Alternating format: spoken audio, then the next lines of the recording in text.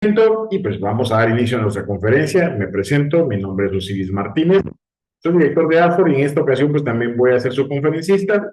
Espero que la conferencia sea de su mayor aprovecho y de mucho aprendizaje para ustedes en estas circunstancias. Vamos a ver acá, compartirles pantalla para que ustedes puedan observar nuestra presentación y pues dar inicio ya con toda esta conferencia, que es un evento bastante interesante que les vamos a compartir el día de hoy.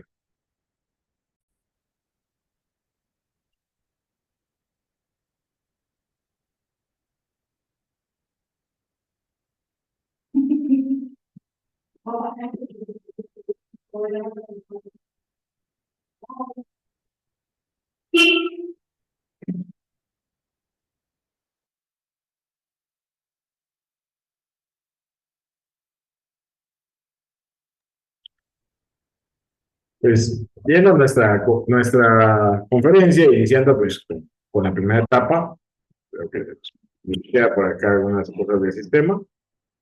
Vamos a ver cómo lo iniciamos. Pues, listo. Ustedes me confirman si pueden ver la presentación completamente, por favor. Pueden hacerlo vivo voz o pueden hacerlo por medio de mensajes, si les falta, que sería bastante. Entonces, les decía, vamos a ver el día de hoy la conferencia, audiencias en el proceso penal guatemalteco. Como ya me he presentado, pues creo que está por demás de hacer la respectiva presentación. Introduciéndonos en el sistema pues, del proceso penal guatemalteco, las audiencias pueden un papel crucial en la búsqueda de la justicia. Estas audiencias determinan el curso del proceso y aseguran que se respeten los derechos de todas las partes involucradas.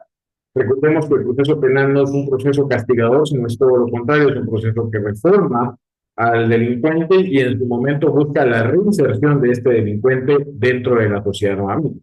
Por lo que buscamos siempre dentro del proceso la mejor solución viable. El proceso penal pues, tiene también diferentes etapas y con ello también se cuentan en diferentes audiencias. Cada audiencia tiene un momento muy especial y pues vamos a la primera etapa, que es la audiencia en su primera declaración y en la etapa de investigación, que es directamente cómo se da. Y luego, posteriormente, en el proceso general o el proceso ordinario, como lo conocen algunos en la doctrina, pues encontramos la etapa intermedia y en el juicio oral, que sería la fase final de este proceso penal guatemalteco de forma tradicional como lo conocemos. Cada fase tiene audiencias clave que garantizan un debido proceso y que garantizan también la satisfacción de ambas partes, tanto del agraviado como del sindicado. En su momento también podría ser del tercero civilmente demandado, así como de los copartícipes del hecho delictivo que se dan dentro del proceso penal. En la audiencia de primera declaración, vamos a encontrarnos que la primera declaración pues, es la oportunidad en que el imputado puede indicar su verdad, comparece el juez, y es aquí donde se le informan los cargos que están en su contra, y se le va a indicar el famoso porque usted, fulanito de tal, el día tal, a la hora tal, en el tal lugar, realizó tal hecho delictivo, lo cual corresponde al artículo número tal del Código Penal establecido ya tipificado. Algo que muchos en el estudio del derecho olvidan es que el juez jamás tipifica un delito. El juez califica los delitos porque la tipificación ya está debidamente establecida.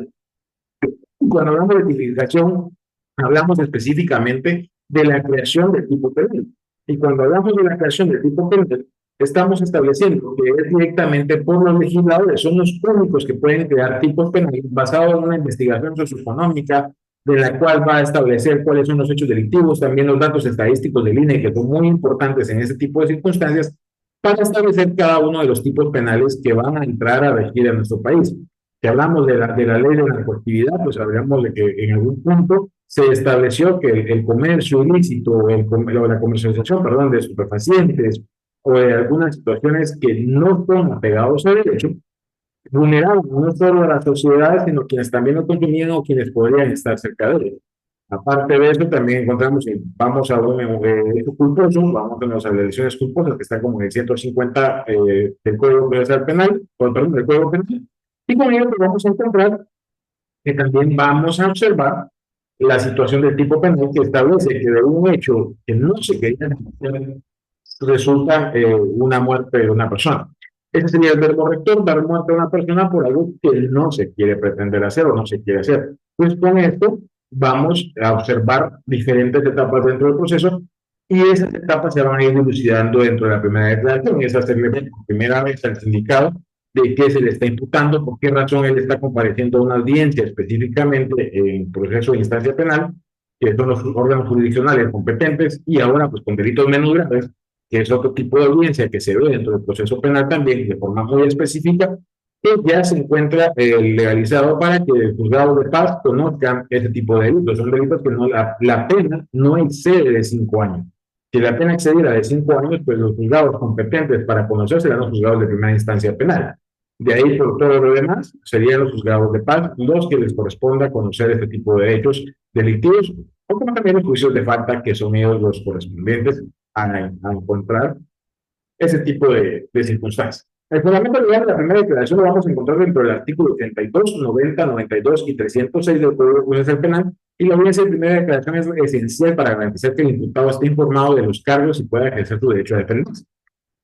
En esas circunstancias, de las audiencias que no se pueden establecer directamente y siempre se dan en la práctica legal, es aquella audiencia que se lleva de bien conciliatoria o de bien cuando se presenta de forma espontánea al sindicado o al presunto sindicado al proceso penal ante el Ministerio Público. Que estas audiencias dentro del Ministerio Público no están reguladas como tal dentro del proceso penal, pero que también son válidas a efecto de poder garantizar que el sindicado no sea sorprendido con una orden de aprehensión o una orden de captura, sino que sea presentado de forma voluntaria, y con esto poder garantizar que el sindicado sea presentado también a la primera declaración ante el juzgado de primera instancia penal del departamento en que nos encontremos. Entonces acá el imputado ya tiene la situación establecida, se le hace saber el hecho, se le pregunta si está dispuesto a declarar o no está dispuesto a declarar, y en algún punto la mayoría de abogados concretamos en que muchas veces la primera declaración no es el momento idóneo para que el imputado declare, sino que es más bien dejarlo, que si va a declarar en alguna etapa intermedia o en una etapa de debate, que es el juicio oral, el juicio de la etapa final del proceso penal, y con ello pues pueda extenderse a dar toda su declaración completamente sin ser vulnerado a sus derechos. ¿Por qué decimos esto? Porque en algunos casos nos hemos percatado que los jueces, en la mayoría de circunstancias, aunque la ley constitucional establece, en base a la jerarquía de normativas, que nadie puede ser culpado por su dicho, o nadie puede declarar contra sí mismo, esta garantía no se cumple al 100%. Entonces, hemos decidido como abogados litigantes que en la mayoría de los casos no declare en la primera declaración, para la redundancia, sino que sea hasta en una etapa siguiente. En otro de los casos, pues en algún punto cuando consideramos que es pertinente su declaración, le decimos, diga los hechos tal cual como usted los vivió, y posteriormente se le van a hacer preguntas, se le hace saber que al imputado en esta declaración se le van a hacer preguntas. Pero esta primera declaración tiene algo muy peculiar, se divide en dos fases. ¿Cuáles son esas dos fases? Pues la primera es que se va a hacer la imputación de los hechos y se va a determinar el ligarlo a proceso o decretar la falta de mérito. Algo muy importante acá es que si se liga a proceso, el sindicado pues queda automáticamente establecido como tal dentro del proceso y deberá continuar con las fases del juicio correspondientes según sean las circunstancias. Considerando también que con esto se determine la posible participación o la culpabilidad probable del sujeto que cometió la acción delictiva, en este caso el imputado o el sindicado. Si en dado caso se considera o el juez considera pertinente decretar la falta de mérito, puede hacerlo. En algunas audiencias me ha pasado que pues hemos llegado con arreglos, más en hechos culposos, en lesiones culposas, y pues hemos llegado de alguna manera ya con el arreglo de parte del Ministerio Público, donde nos hemos presentado, hemos llevado a la Junta Conciliatoria, se ha pagado una cantidad económica para resarcir el daño cometido, y pues con eso llegamos ya a la primera declaración y nos omitimos la segunda parte de esta primera declaración. Nos quedamos solo con la primera parte de la audiencia, donde el Ministerio Público, en lugar de imputar el hecho, simplemente indica que ya se ha llegado a un arreglo satisfactorio para la parte agraviada, se ha comunicado, la parte agraviada ha ratificado que la parte sindicada o el sujeto procesal sindicado ha planteado su finiquito correspondiente y ha resarcido el daño causado. Por lo tanto, la persona ya no quiere continuar con el proceso y pues se da por finalizada la imputación o la participación del hecho penal, Y si el Ministerio Público en ese sentido considera que no solo es la instancia particular la que se ve afectada, sino también la instancia pública, que en este sentido sería la sociedad, pues puede continuar con la investigación. Recordemos que los delitos de acción pública son investigaciones de oficio, aun cuando la parte agraviada no esté presente o no se presente a las diferentes audiencias, el Ministerio Público puede continuar con su actividad procesal, que es el de investigar y encontrar objetivamente la verdad sobre los hechos cometidos de un hecho delictivo, valga la redundancia en palabras, pero acá se va a basar en ese sentido. Entonces, ya habiendo determinado que no hay una responsabilidad o que ya se resarció el daño, el juez puede decretar la falta de mérito. Y ojo con la falta de mérito, porque la falta de mérito no quiere decir que el proceso termine. Simplemente se queda de alguna manera dormido, a no ser que el Ministerio Público, como les mencionaba el caso de lesiones culposas, considere que ya está resarcido el daño, que no va a poder continuar con el proceso y por lo tanto va a solicitar la desestimación del hecho. Si solicita la desestimación del hecho, el proceso termina de forma definitiva y con eso concluye todo el expediente y ya no habría ninguna circunstancia más que agregar o que pudiera dilucidarse dentro del proceso. Pero si se queda solo con la falta de mérito, sí le da la oportunidad, que recordemos que para que aplique la prescripción establecida dentro del Código Penal, debe de pasar el tiempo de la pena máxima de la acción delictiva. Si hablamos de un delito que la pena máxima es de 5 años o de 10 años, directamente tendría que pasar ese tiempo para que se pudiera desestimar el hecho en forma concreta, habiéndose evitado la falta de mérito, porque la falta de mérito deja la puerta abierta para que el Ministerio Público pueda continuar con su investigación y pueda continuar con todo el procedimiento procesal oportuno en su momento. Si ellos encuentran nueva prueba que indique que la persona que había sido sindicada sí cometió o participó en el hecho delictivo, tal vez no como autor principal, sino como un cómplice, pudiera retrotraer ese proceso y decirle nuevamente, mire, necesitamos que se tome su primera declaración, ya no por autor, sino por coautor, o participe del hecho delictivo. Entonces, ahí variaría la audiencia en ese momento. Las variantes que más encontraríamos en ese sistema. Los pasos más simplificados del procedimiento de la primera declaración pues están acá, que el procedimiento incluye los siguientes pasos: la presentación del imputado ante el juez, la lectura de los cargos, la declaración del imputado y la segunda etapa del proceso, habiendo obligado a proceso al sindicato, pues va a ser las medidas cautelares o las famosas medidas de coerción o las famosas medidas constitutivas de la privación de libertad. Entonces acá se da el segundo auto que debe dictar el juez, porque en el primero, el auto de libre proceso, es un auto o una resolución denominada auto que está establecida dentro de la diferencia dentro del código, o perdón, dentro de la ley del organismo judicial que establece la diferencia entre decretos, autos y sentencias. Los decretos son resoluciones de trámite, los autos pueden definir el fondo del asunto y las sentencias que ponen la finalización a un hecho o a un acto jurisdiccional. Entonces, en ese sentido, en el auto de libramiento a proceso se dicta una resolución tal cual denominada y en las medidas sustitutivas o medidas cautelares también se dicta un auto específicamente para determinar si el sindicado debe o no debe continuar con el proceso y si ya se ha determinado que debe continuar, pues se le van a decretar medidas sustitutivas. ¿Cuáles son las medidas sustitutivas más comunes dentro del proceso penal?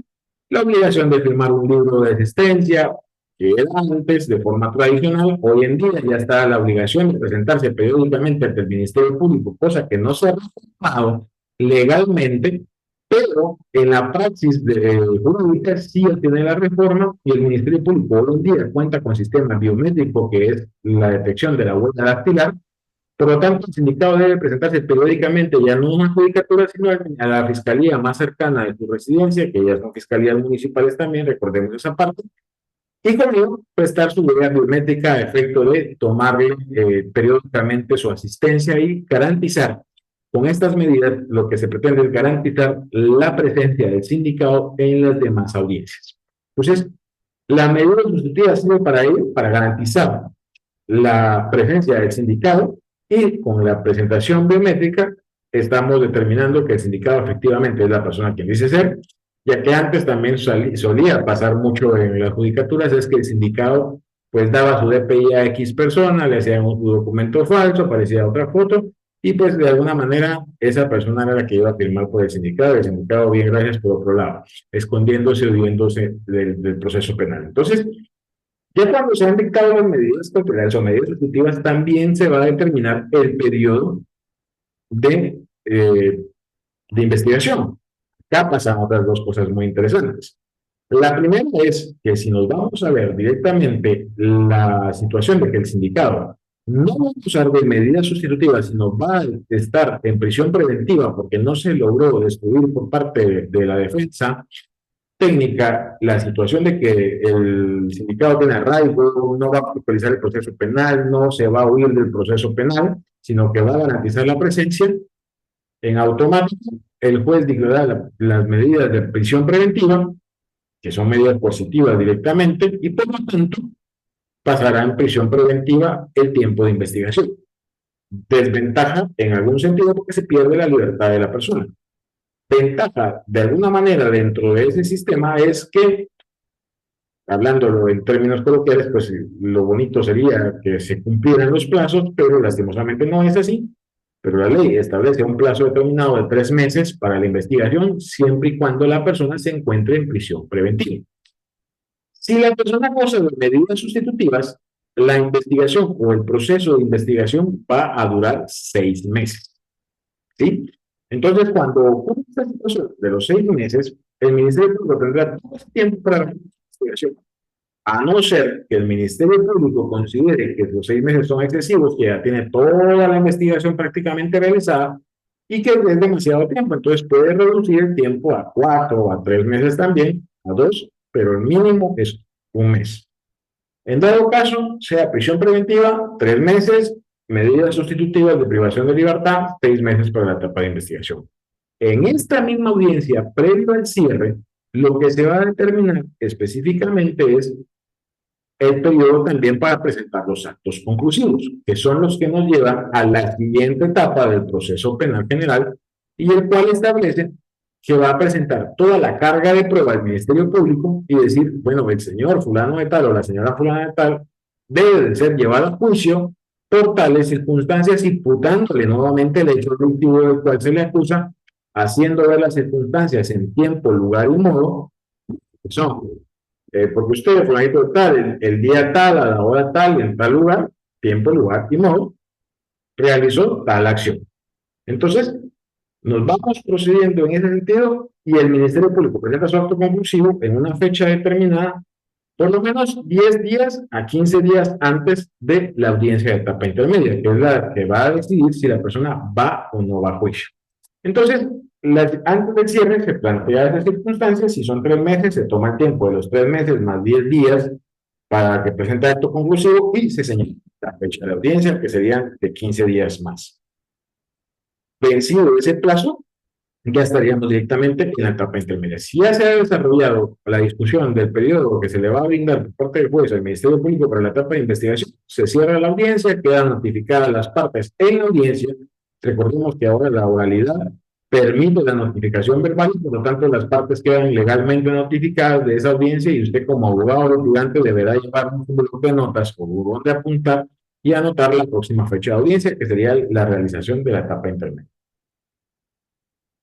Acá, pues el autoprocesamiento se dictará basado en los artículos 11, bis, 320 y 321, indicando el juzgado los motivos y tipos penales que decide procesar, situación que ya les había mencionado, y el derecho del imputado a la primera declaración pues tiene derechos fundamentales, tales como que durante esta audiencia se incluye ser informado de los cargos, guardar el silencio respectivo y contar con la asistencia legal correspondiente. Contar con la asistencia legal correspondiente, que muchas veces el sindicato no tiene la plata para pagar a un abogado litigante externo, privado, y se va por medio de la defensa pública penal. Algo que nos hemos percatado también es que la defensa pública, si bien es cierto, ha adquirido nuevos abogados que tienen un poco más de interés que la anterior a brindar un mejor servicio, pero aún sigue siendo algunos prospectos diferentes o poco brillantes en el sentido de la defensa técnica, pero que también son válidos en su momento porque hacen un gran esfuerzo con el poco recurso que cuentan. La ventaja de estar afuera del sistema es que usted, como abogado litigante, puede contar con un poco mayor recurso, decirle al sindicato, bueno, ¿usted tiene plata para pagar? Sí, listo. Vamos a plantear entonces que necesito consultores técnicos, los cuales van a variar dependiendo del hecho. Puede ser un consultor psicológico, puede ser un consultor técnico de médico legal, o puede utilizar cualquier otro sistema de consultor que necesite según sea el proceso al cual está siendo sometido el sindicado. Las medidas cautelares en primera declaración, el juez puede imponer varias medidas cautelares si considera que hay peligro de fuga o obstrucción de la justicia, tales como la prisión preventiva o el arresto domiciliario, que también podría brindarse. Y pues en la audiencia de medidas cautelares, que es dentro de la segunda parte del proceso inicial, que ya se los mencioné, se convoca por el juez considerando la necesidad de imponer medidas preventivas para evitar el riesgo como la fuga o la obstrucción a la justicia. Entre las medidas cautelares pues, más comunes se encuentra la prisión preventiva y el arresto domiciliario, basado en el artículo 264 para emitir también las medidas sustitutivas. Y el fundamento legal o el fundamento legal completo sería el 258, 259, 260 y 264 del Código Procesal Penal. Esto nos daría todo el sistema para dictar medidas cautelares o bien dictar medidas sustitutivas de prisión preventiva. La fijación del acto conclusivo, lo que ya les mencionaba, que es basado en el 324 bis del Código Procesal Penal, y en esa misma audiencia se emite el día para la presentación del acto conclusivo, la solicitud de ir a juicio o no, y se fija la fecha y hora de la audiencia intermedia, que debe ser entre un tiempo no menor de 10 días ni mayor de 15 días de la fecha en que se presentan los actos conclusivos, y se notifica en la audiencia y se comunica la decisión tomada basado en el artículo 160 del Código Procesal Penal. Y acá ya nos pasamos a la etapa intermedia, y la etapa intermedia es una fase crucial donde se determina si el caso debe de ir a juicio o no, y es el filtro que asegura que solo los casos con suficientes pruebas puedan llegar a juicio oral. Si no se cuentan con las suficientes pruebas, el juez en etapa intermedia, que sigue siendo el juez de primera instancia penal, deberá determinar o dictaminar si efectivamente se da la desestimación del hecho, o en este caso el sobreseimiento del hecho, para ponerle fin al proceso, o se fijará día y hora para audiencia directamente de juicio oral y público. El fundamento legal de la etapa intermedia lo encontramos en el artículo 332 y 340 del Código Procesal Penal, en el 340 último párrafo, los cuales indican la finalidad de la audiencia, que es discutir la pertinencia del requerimiento fiscal, es decir, requerimiento de la fiscalía, y el artículo 332 que establece los requisitos para presentar la acusación. Todos los requisitos que deben de llevar el memorial específicamente de acusación por parte del Ministerio Público. El elemento de convicción que debe acompañar la acusación basado en el artículo 232 del Código Procesal Penal, y esos elementos de convicción son aquellos indicios que se encontraron durante la etapa de investigación para que al momento de llegar a la etapa de juicio oral y público sean prueba determinante para decidir si la persona debe cumplir una condena o no debe cumplir una condena penal. El artículo 340 establece cuál debe ser el contenido de la audiencia intermedia específicamente, y pues vamos a ver el procedimiento de forma simplificada. El procedimiento incluye presentar las pruebas por parte del Ministerio Público y la defensa, la evaluación de la pertinencia y legalidad de las pruebas y la resolución sobre la procedencia del juicio.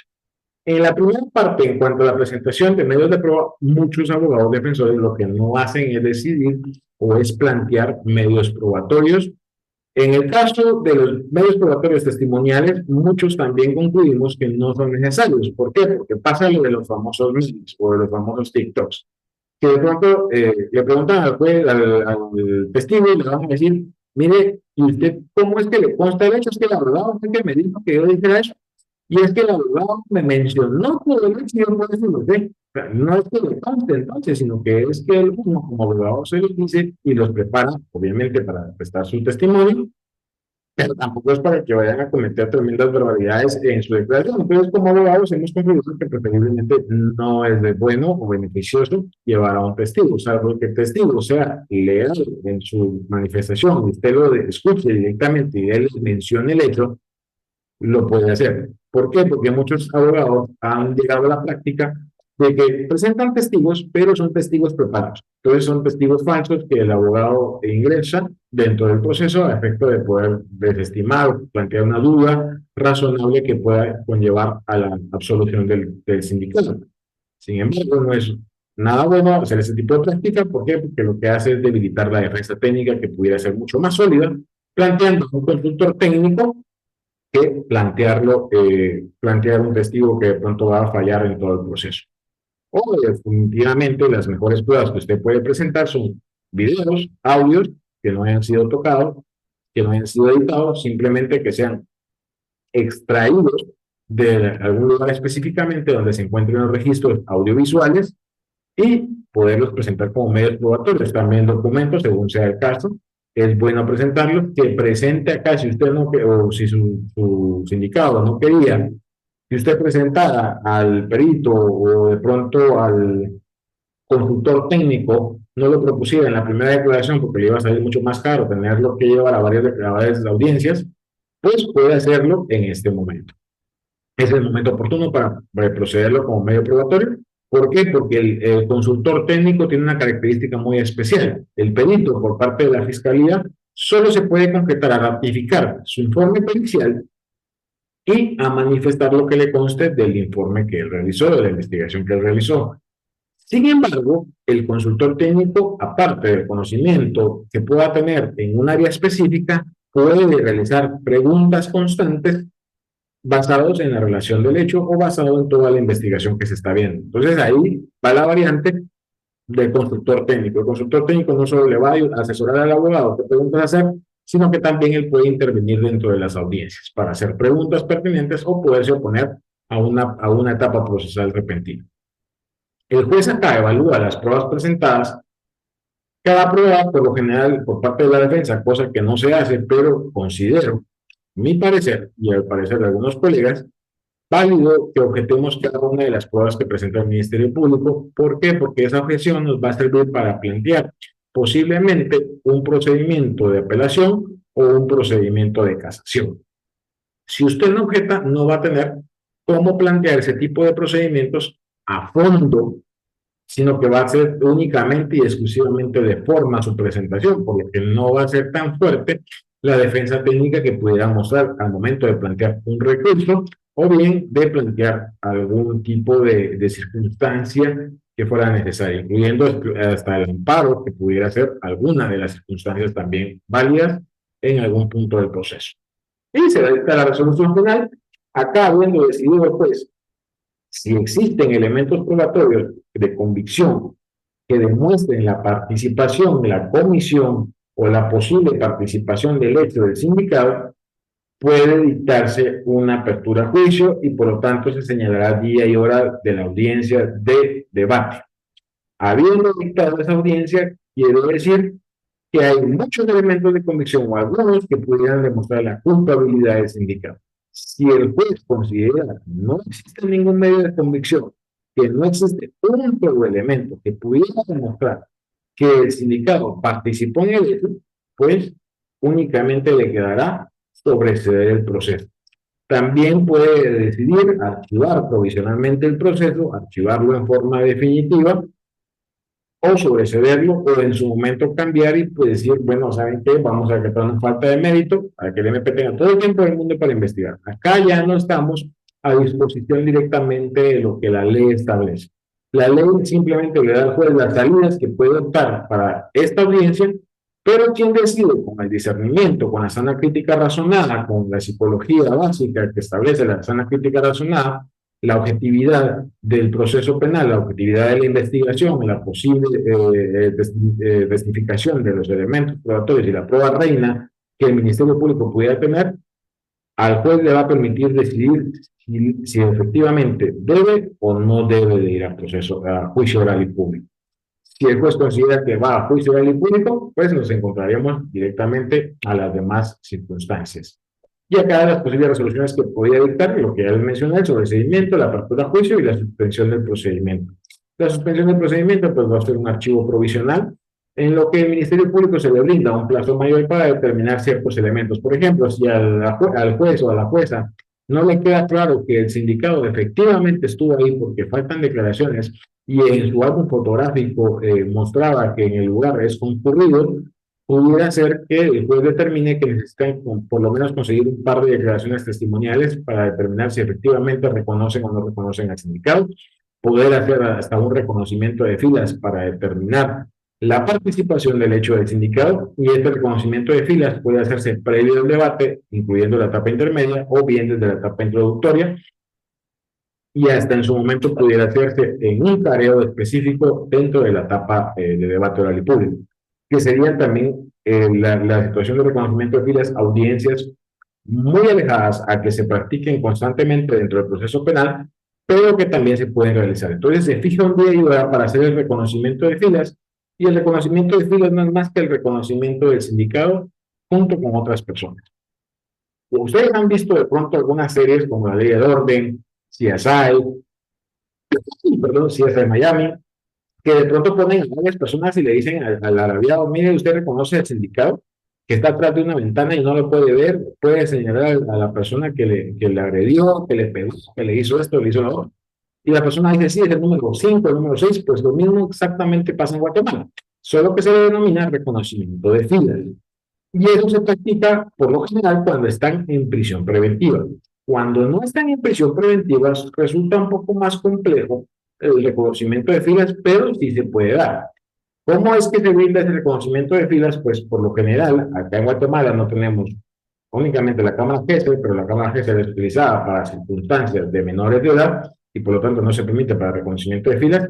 Se practica directamente en las prisiones donde el agraviado, por donde observa directamente al sindicado, es por un agujero tan pequeño que el sindicado pues obviamente no lo puede ver, pero está atrás de una pared.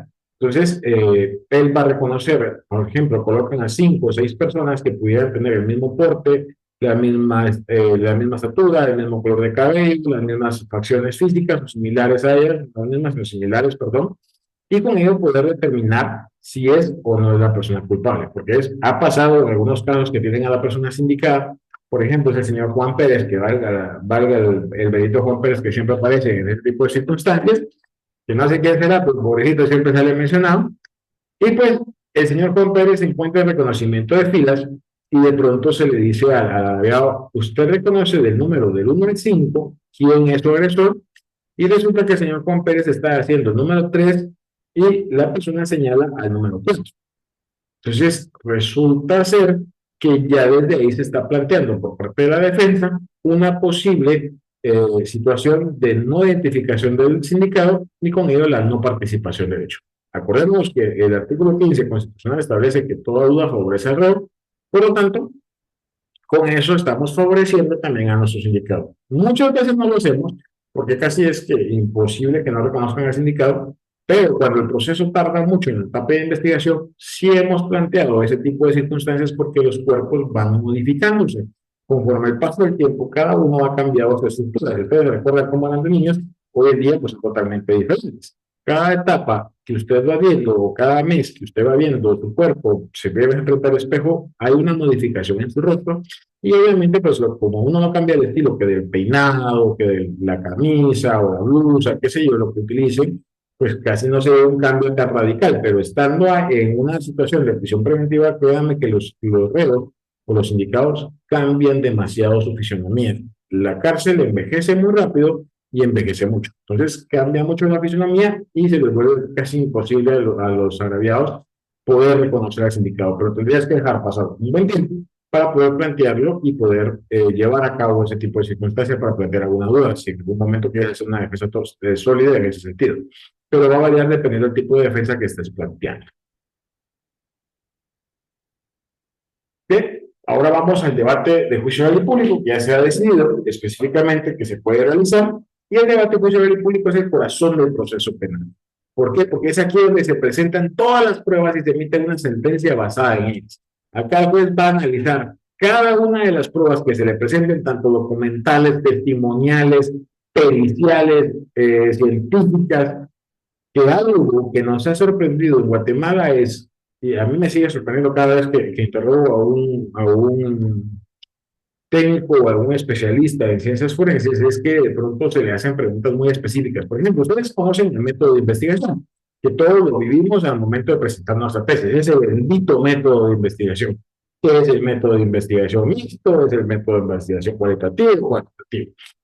Lo más lógico es que se basa el método de investigación del proceso penal en el cualitativo, es decir, en las cualidades. ¿Por qué? Porque se basa en la observación específica del hecho a lo que observa el que ya posee el cuerpo la imagen o de pronto el hecho delictivo, el lugar del hecho delictivo, mejor dicho. Entonces, con eso, el perito forense lo que va a hacer es decir, bueno, Yo utilicé el método deductivo, utilicé el método lógico, utilicé el método cualitativo. Ajá. ¿Y cómo llegó a la conclusión de cada uno?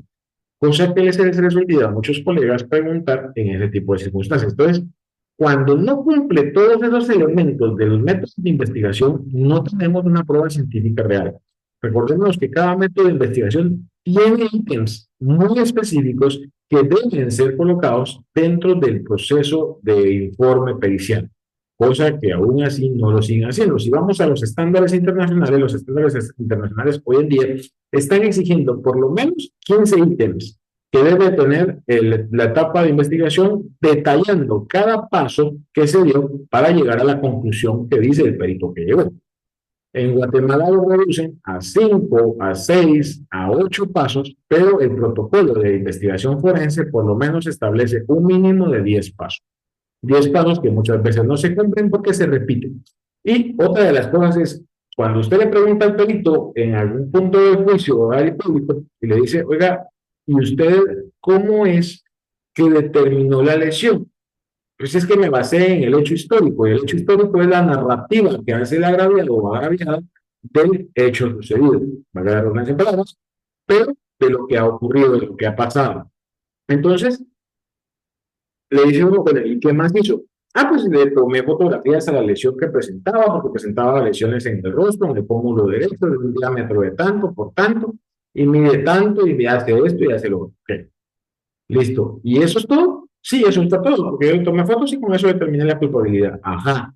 ¿Y en qué momento se determina, tanto en la relación histórica como en la investigación pericial, que efectivamente el sindicato estuvo en el lugar que se asegura decir que estuvo? Porque aquí no basta y sobra con la declaración de la persona, simplemente. También tendría que demostrar, si se está haciendo con prueba científica, que efectivamente el golpe fue provocado por un contundente, qué tipo de objeto, cuánto medía el objeto, si fue puño cerrado, puño abierto. Todo ese tipo de circunstancias deben determinarse dentro del informe pericial, cosa que no se está planteando en esos informes, porque los peritos de Guatemala y NACIF, que pues que tienen demasiada carga laboral y por eso se les es imposible realizar todo el protocolo especializado para la prueba pericial. Pero al decirnos eso en automático, estarían cayendo en una falsedad dentro del informe pericial. Muchas veces hemos logrado algunos casos así, pero en otros va a variar mucho el criterio del juzgador también y qué tanto le demostremos o qué tanto lo hagamos dudar de pronto de la fiscalía y del actuar de la fiscalía que pudiera actuar a nuestro favor. El procedimiento de debate y apertura del juicio, pues el juicio se inicia con la apertura formal por parte del juez, seguido por las presentaciones de la acusación y la defensa, y las presentaciones son aquellos actos introductorios donde el abogado litigante en este tipo de etapas debería ser más un actor que una simple persona sentada diciéndole al juez un par de cositas que va a encontrar dentro del proceso. No, aquí es asegurarle al juez que usted como abogado litigante va a demostrarle que su cliente no es culpable del hecho por tales y tales circunstancias. Y si usted quiere haga la dramatización que quiera, obviamente tampoco sea tan exagerado, pero por lo menos haga un poquito de dramatización para que el juez llegue a sentir esa emoción y palpitación de su actuar jurídico y que pueda decir, este cabrón o esta cabrona de pronto me está llevando a una situación que me va a hacer dudar. Entonces, ya con la presentación del caso, cada una de las partes hace dudar o hace incluir al juez en su etapa de investigación. Recordemos que aquí el Ministerio Público tiene la tesis y la antítesis, que es la parte contraria a la tesis, es decirle, no cometió el hecho por estas y estas circunstancias. Entonces, acá entra la variación y la versatilidad del abogado, tanto en hablar como decimos la labia que tiene, pero también la actuación que debe representar en ese tipo de circunstancias. Y si quiere se pone a llorar porque le pega tanto el sentimiento, pues puede hacerlo también en algún momento. Ambas partes presentan sus pruebas durante el juicio, cada una. Primero inicia la fiscalía y posteriormente va la defensa. Y en cada una de las pruebas, tanto la fiscalía como la defensa tienen el derecho a hacer preguntas. Y si considera pertinente, pueden hacer repreguntas o retrotraer a un testigo, cosa que no establece el código, y al no establecer el código, que no podemos traer nuevamente a un perito a que declare, porque en algún punto nació una circunstancia de duda, pero Al no establecerlo, sí es permitido, siempre y cuando el juez lo permita y el criterio del juez sea amplio en ese tipo de circunstancias. Pero muchas veces nos damos cuenta que los criterios son muy cerrados y pues no permiten esa situación. Los testigos y peritos son interrogados y contrainterrogados. Cuando hablamos de contrainterrogatorio es porque lo realiza la defensa. Interrogado lo realiza el Ministerio Público y contrainterrogado lo realiza la defensa. Eso cuando lo presenta el Ministerio Público como prueba. Cuando lo presenta la defensa como prueba, acá el defensor se convierte en el interrogador y la fiscalía se convierte en el contrainterrogador para determinar con sus preguntas que lo que dice pues es falso o es verdad y poder establecer algunas situaciones de derecho que consideren pertinentes.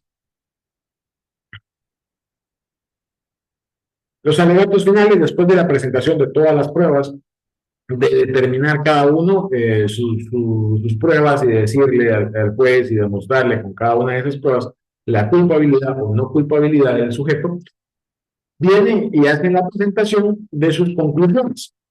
Acá son sus alegatos finales seguidos por la deliberación del tribunal. Acá también, en esta etapa de los actos concluyentes dentro del debate, debe el abogado convertirse en un dramaturgo, en una persona teatral, que de pronto conlleve el sentimiento, porque acá recordemos que no estamos como el sistema sajón. El sistema sajón debemos de convencer a 12 personas, que es un jurado. Y esto se encuentra también regulado, el único juicio de jurados que se encuentra en Guatemala construido es el juicio de imprenta, que es el juicio de jurados, donde son 12 personas que se seleccionan de parte externa de conocida habilidad para que pudieran juzgar a una persona que pudiera haber cometido una falta en su actuar. En ese caso, los periodistas directamente, es muy complicado que lo hagan en ese sentido. Caso más concreto sería el caso del periódico, que fue uno de los casos más sonados, que jamás se hizo un juicio de imprenta, simplemente se le dio un procedimiento penal común y con base a eso se dio una investigación que hoy por hoy sigue dilucidándose en muchas circunstancias, pero ya el señor se encuentra en libertad. Entonces acá uno presenta sus actos conclusivos y debe de convencer al juez en su totalidad. Debe indicarle, señor juez, he demostrado con cada uno de los elementos probatorios que ha presentado la fiscalía diciendo que mi cliente es culpable, diciendo de todo lo contrario. ¿Por qué? Porque no es la culpabilidad que se demuestra por parte de la fiscalía, sino que demuestra la ineficiencia o esto y lo otro. Y el abogado empieza a expresarse y empieza a subir y a bajar su tono de voz para poder convencer al juez. Porque mientras más convincente se sienta el abogado en su hecho, más convincente va a ser para el juez poder dar una sentencia absoluta. Y acá en su deliberación en tribunal puede ser como tribunal, es decir, 3 jueces, o puede ser unilateral, que es un solo juez el que juzga. Si son 3 jueces, tenemos una ventaja porque tenemos que convencer a 2 de 3. Con que convenzamos a 2 personas de 3, obtenemos una sentencia absolutoria. Pero si obtenemos 2 en contra y 1 a favor, tendríamos una condenatoria. Pero cuando es unilateral, solo tenemos que convencer a 1 y se vuelve un proceso mucho más complejo porque convencer a veces a una persona es más difícil que convencer a 3, porque los elementos del diario vivir de los sujetos, de los jueces, es muy variado y por lo tanto ellos se les vuelve complicado tener un discernimiento a veces fuera de los sistemas de proceso legal. La sentencia de recursos, el tribunal emite su sentencia basada en las pruebas y argumentos presentados. Existen recursos que pueden ser interpuestos en casos de desacuerdo con la sentencia y esto está basado en el artículo 383 al 397. Las sentencias pueden ser recurridas por medio del recurso de apelación y el recurso de apelación puede ser recurrido por medio del recurso de casación. Y como última instancia tenemos la acción de amparo. ¿Cómo con eso? La acción de amparo no es un recurso, es una acción como tal, ya que así lo establece nuestro código, porque vamos a dilucidar qué elementos se nos han violentado de nuestro derecho fundamental humano. La audiencia de reparación de daños que se puede dilucidar, esta es una segunda audiencia, una cuarta audiencia que se encuentra regulado dentro del mismo juicio oral y público normal y tradicional del proceso penal común, que la audiencia de reparación de daños que se puede dar de dos formas. O se apelan al plazo de 24 horas de la defensa para poder determinar la posibilidad de demostrar que no existe ningún daño causado, o que por lo menos se reduzca una situación de daño causado, o bien pudiera dilucidarse también por parte del creyente adhesivo, que en este caso es la víctima o agraviado, de determinar si se apega a ese plazo o bien lo hace de forma inmediata. Si lo hace de forma inmediata, en esa misma audiencia de juicio oral y público del debate, se va a llevar a cabo la audiencia de reparación digna, imponiendo una sanción basada en los daños sufridos como consecuencia del delito, y durante esta audiencia se evalúan los daños y se fija un monto correspondiente. Los daños se evalúan no solo en el daño físico o en el daño material que se pudiera haber causado al bien jurídico tutelado, sino que también se reconoce el bien jurídico tutelado moral. Si en dado caso los daños se considera que fueron morales, pues moralmente también debería darse una sanción y por lo tanto se fundamentan en el artículo 124 y 491, literal D, 491, tubo 16 del Código Procesal Penal para imponer la sanción. Lo dice también el doctor Baquiach en su libro, la nueva modalidad también del doctor Matavela en sus libros, que ya establecen que la audiencia de reparación digna no solo se basa en el daño físico o en el daño material, sino que también en el daño causado moral. En algunos casos, la moralidad se pierde por el tipo de daño que se ha causado y pues debe de ser resarcido el mismo. Entonces, esa es una cuarta audiencia que se lleva de forma consecutiva dentro del proceso común, que muy pocos lo ven, pero debe llevarse de forma inmediata. La audiencia de conciliación es una audiencia también del proceso penal establecido y la audiencia de conciliación se realiza en el proceso de querella con el propósito de llegar a un acuerdo entre las partes involucradas ante el caso que proceda a juicio. Esta audiencia permite a las partes resolver el conflicto sin necesidad de continuar el proceso penal. Esto está fundamentado dentro del artículo 25 ter, 25 cuater, 477 al 483, 552 bis del Código Procesal Penal. Acá en esta audiencia de conciliación ocurre algo muy peculiar. Muy pocos abogados lo practican, tanto de la defensa pública penal como abogados litigantes externos, privados. ¿Por qué no les gusta practicar esta audiencia? Porque muchas veces dicen, no, es que es mejor irse a juicio, pues gana un poquito más, o de pronto pues, la víctima no quiere conciliar, no quiere ni verlo, dependiendo también del tipo de juicio que se esté llevando a cabo. Si es una audiencia donde el bien jurídico tutelado ha sido dañado a la sociedad, difícilmente se va a una etapa de conciliación. Sin embargo, es bueno buscar siempre la vía conciliatoria dentro del proceso penal, ya que esta conciliación se permite en cualquier etapa del proceso y se permite por cualquier hecho delictivo. Entonces, si se llega a un acuerdo con la parte ministerial del Ministerio Público, podemos llegar a concluir el proceso de una forma definitivamente beneficiosa para nuestro sindicato y podríamos no perder la libertad o las posibilidades que el sindicato pueda tener, como por ejemplo criterio de oportunidad. Si podemos hacer una conciliación pura y simple, ¿por qué vamos a aplicar un criterio de oportunidad si con la conciliación hemos resarcido el daño y es más que suficiente? Pero muchos abogados prefieren darles un criterio de oportunidad, quitándoles esa oportunidad de que pudiera darse que por alguna otra circunstancia se cometiera el mismo hecho delictivo y no goce de ese beneficio. La audiencia de aceptación de cargos, durante esta audiencia el imputado puede aceptar los cargos que se le imputan para la redundancia y esto se permite obtener una reducción de la pena de acuerdo con los procedimientos establecidos. Es una opción que también sirve para agilizar el proceso judicial, evitando llegar a juicio. Parlado en el artículo 491 bis, 491 cuater 16 del Código Procesal Penal. Acá pasa algo muy curioso con la audiencia de aceptación de cargos. La audiencia de aceptación de cargos se está viendo mucho más en los procesos de violencia contra la mujer. ¿Por qué? Porque en muchos de los casos la prueba reina de este tipo de delitos es la declaración testimonial de la víctima.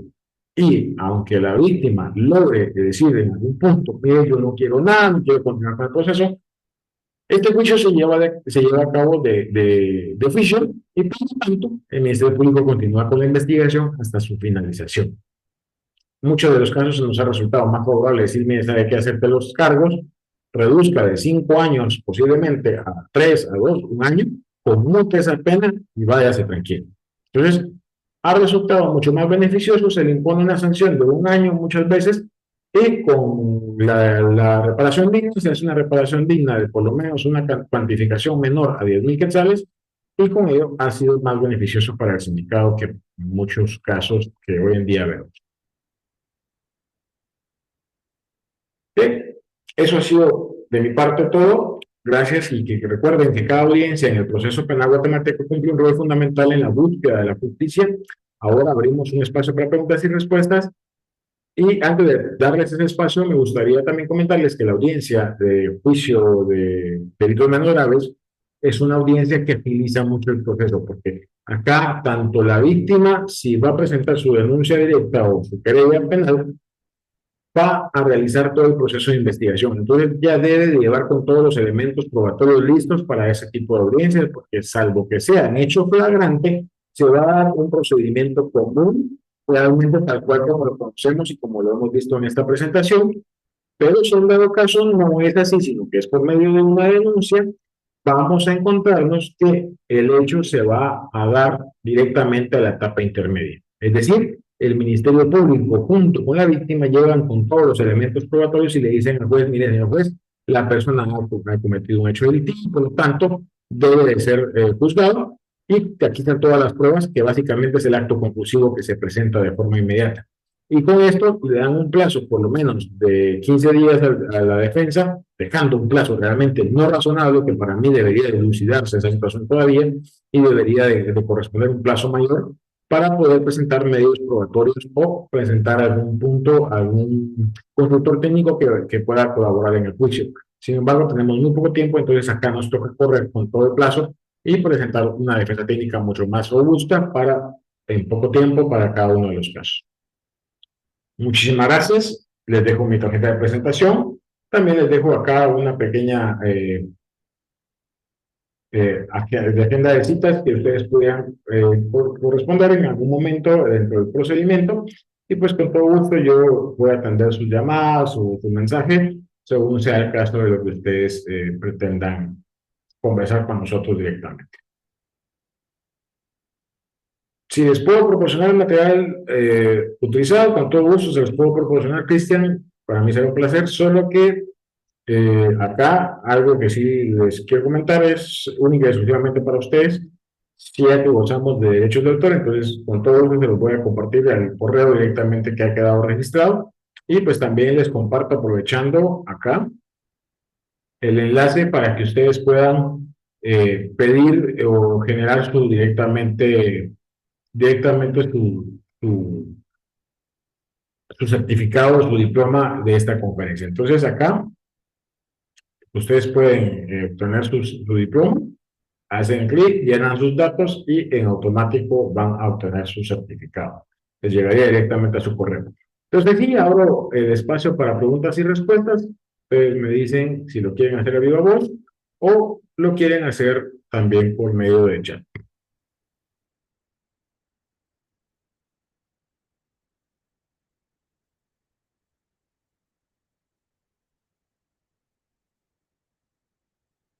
Nada más que no sean montones, que no sean muchos, por favor, las preguntas y las respuestas.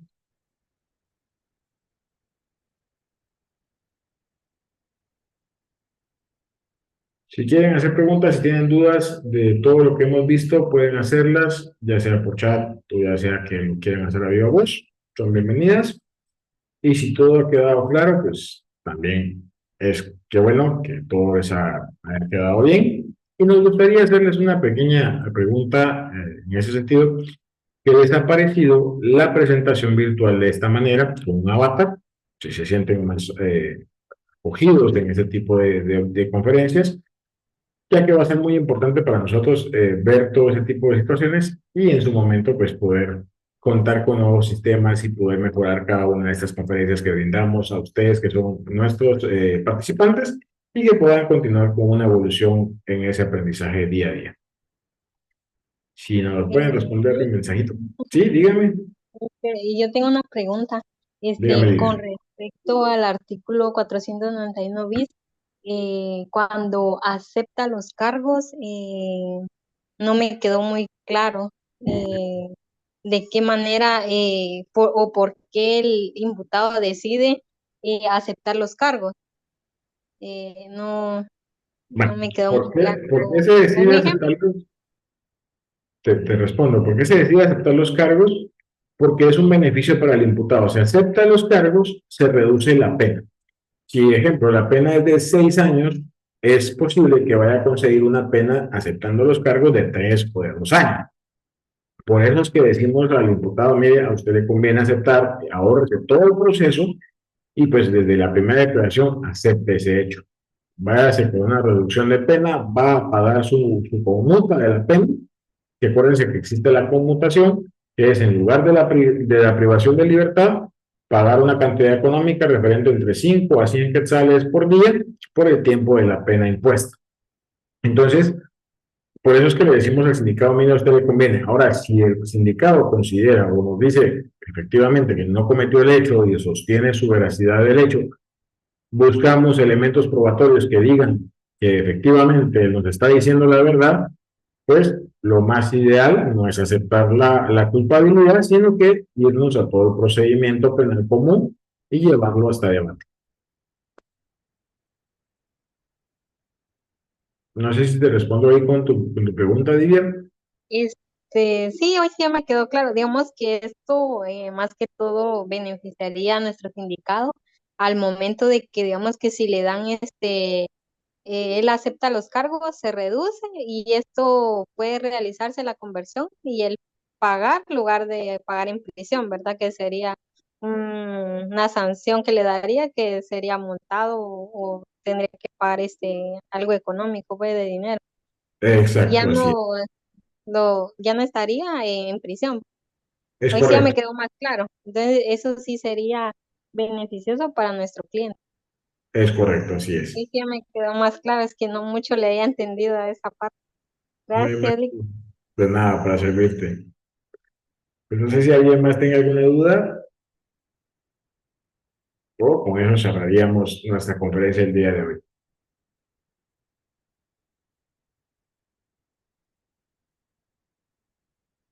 Bien, creo que no hay más dudas. Muchísimas gracias por su participación. Gracias por estar acá con nosotros. Gracias por compartir en esos eventos y pues esperamos que continúen participando en los demás eventos, invitarlos a la siguiente conferencia que vamos a tener, que es basado en la Ley de Protección de la Niñez y Adolescencia y poderles impartir un poquito más de conocimiento en ese tema y la experiencia que hemos obtenido en cada una de las audiencias a las que hemos ido y poderles compartir y acompañar en ese sentido al proceso de aprendizaje y al proceso de posiblemente el litigio, perdón, de las diferentes audiencias que llevamos a cabo día a día. Un gusto, pasen muy buena noche, cuídense bastante, ha sido un placer. Nos vemos en una próxima ocasión.